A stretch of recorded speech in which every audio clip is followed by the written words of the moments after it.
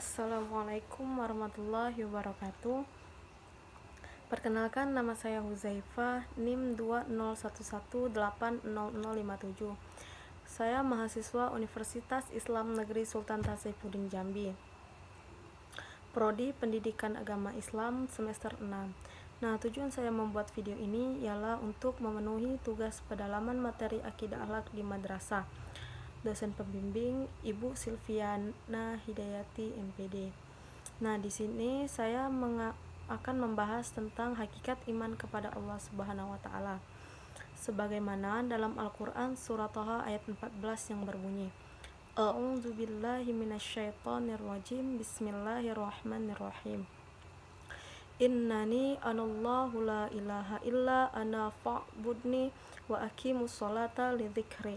Yang artinya, sungguh aku ini Allah, tidak ada Tuhan selain aku, maka sembahlah aku dan laksanakanlah sholat untuk mengingat aku. Arti iman kepada Allah adalah membenarkan tentang adanya Allah Subhanahu wa taala dengan keyakinan dan pengetahuan bahwa sesungguhnya Allah Subhanahu wa taala wajib adanya dengan zatnya. Dia Maha Esa yang menguasai langit dan bumi beserta isinya, yang Maha Kuasa, yang hidup, yang berdiri sendiri, dan yang kekal. Sesungguhnya Allah Subhanahu wa taala mengetahui atas segala sesuatu dan Maha Kuasa. Allah melakukan apa yang Dia kehendaki dan Allah Maha bijaksana terhadap apa yang Dia kehendaki. Tidak ada sesuatu apapun yang menyerupai Dia. Allah Maha mendengar dan Maha melihat, Maha suci dan Maha tinggi, mulia Allah dari sesuatu yang menyerupai dan menandinginya. Dan Allah Maha Kaya, artinya dengan mutlak Allah tidak butuh terhadap segala sesuatu. Allah berjanji kepada orang-orang yang berbuat kebaikan dengan pahala surga semata-mata karena rahmatnya, dan Allah mengancam kepada orang-orang yang berbuat keburukan dengan siksaan neraka semata-mata karena keadilannya. Sedangkan apa itu iman? Iman adalah ucapan dan perbuatan, ucapan hati dan lisan, serta amal. Artinya, pengakuan yang diucapkan dalam hati dan lisan, serta bersedia melakukan yang dibenarkan melalui amal.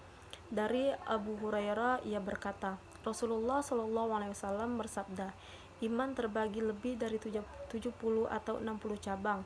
Yang paling utama adalah ucapan la ilaha illallah, dan yang terendah adalah menyingkirkan gangguan dari jalan. Dan sifat malu termasuk satu cabang dari iman. Hadis riwayat Muslim. Sehingga dapat disimpulkan, iman merupakan suatu yang tersembunyi dalam jiwa atau pengakuan dalam lubuk hati. Nah, yang B yaitu tentang pengertian tauhid. Tauhid berasal dari bahasa Arab yaitu wahada yuwahidu tauhidan. Secara etimologi berarti pengesaan. Tauhid berdasarkan terminologi berarti pembenaran secara menyeluruh yang mengakui bahwa Allah yang Maha Esa, Esa pada zat dan sifatnya, bahwa Allah memiliki kekuasaan mutlak atas seluruh makhluk. Hal ini juga sejalan dengan makna tauhid berdasar Kamus Besar Bahasa Indonesia yang mengartikan tauhid sebagai keesaan Allah.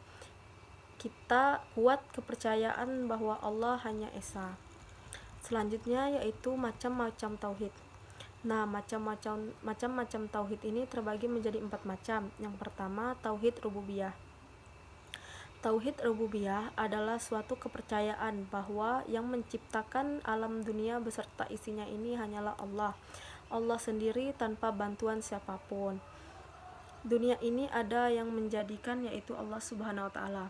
Allah Maha Kuat, tiada kekuatan yang menyamai af'al Allah. Maka timbullah kesadaran bagi makhluk untuk mengagungkan Allah.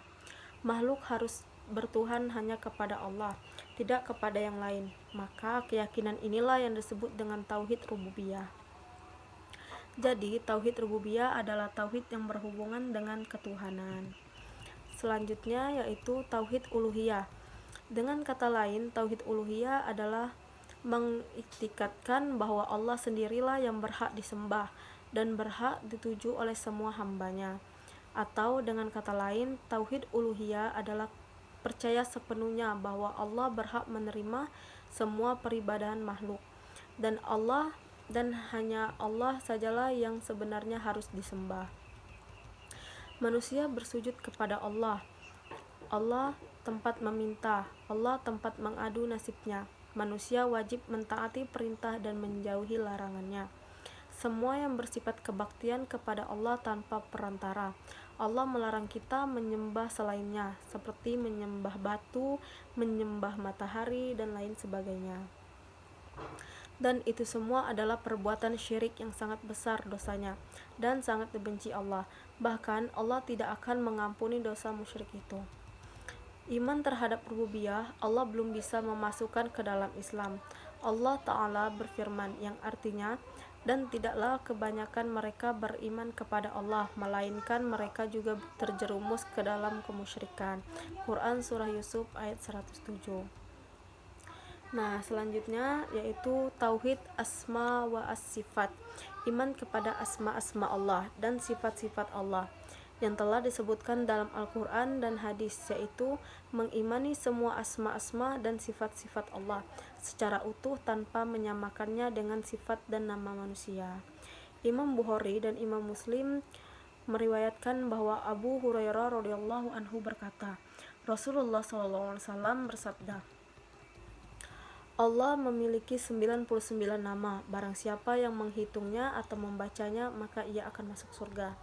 Terdapat kesepakatan di antara para ulama bahwa wajib mengimani semua nama-nama Allah, misalnya Al-Qadir yang Maha Kuasa, mengandung makna bahwa kita harus percaya bahwa Allah Maha Kuasa untuk melakukan segala hal, dan bahwa kekuasaannya adalah sempurna dan segala hal yang ada di alam berasal dari kekuasaannya.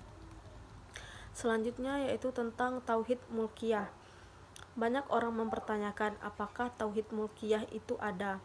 Tauhid Mulkiyah itu sebenarnya ada, namun oleh sebagian orang disalah artikan maksudnya, sehingga sebagian lainnya menolak adanya Tauhid Mulkiyah.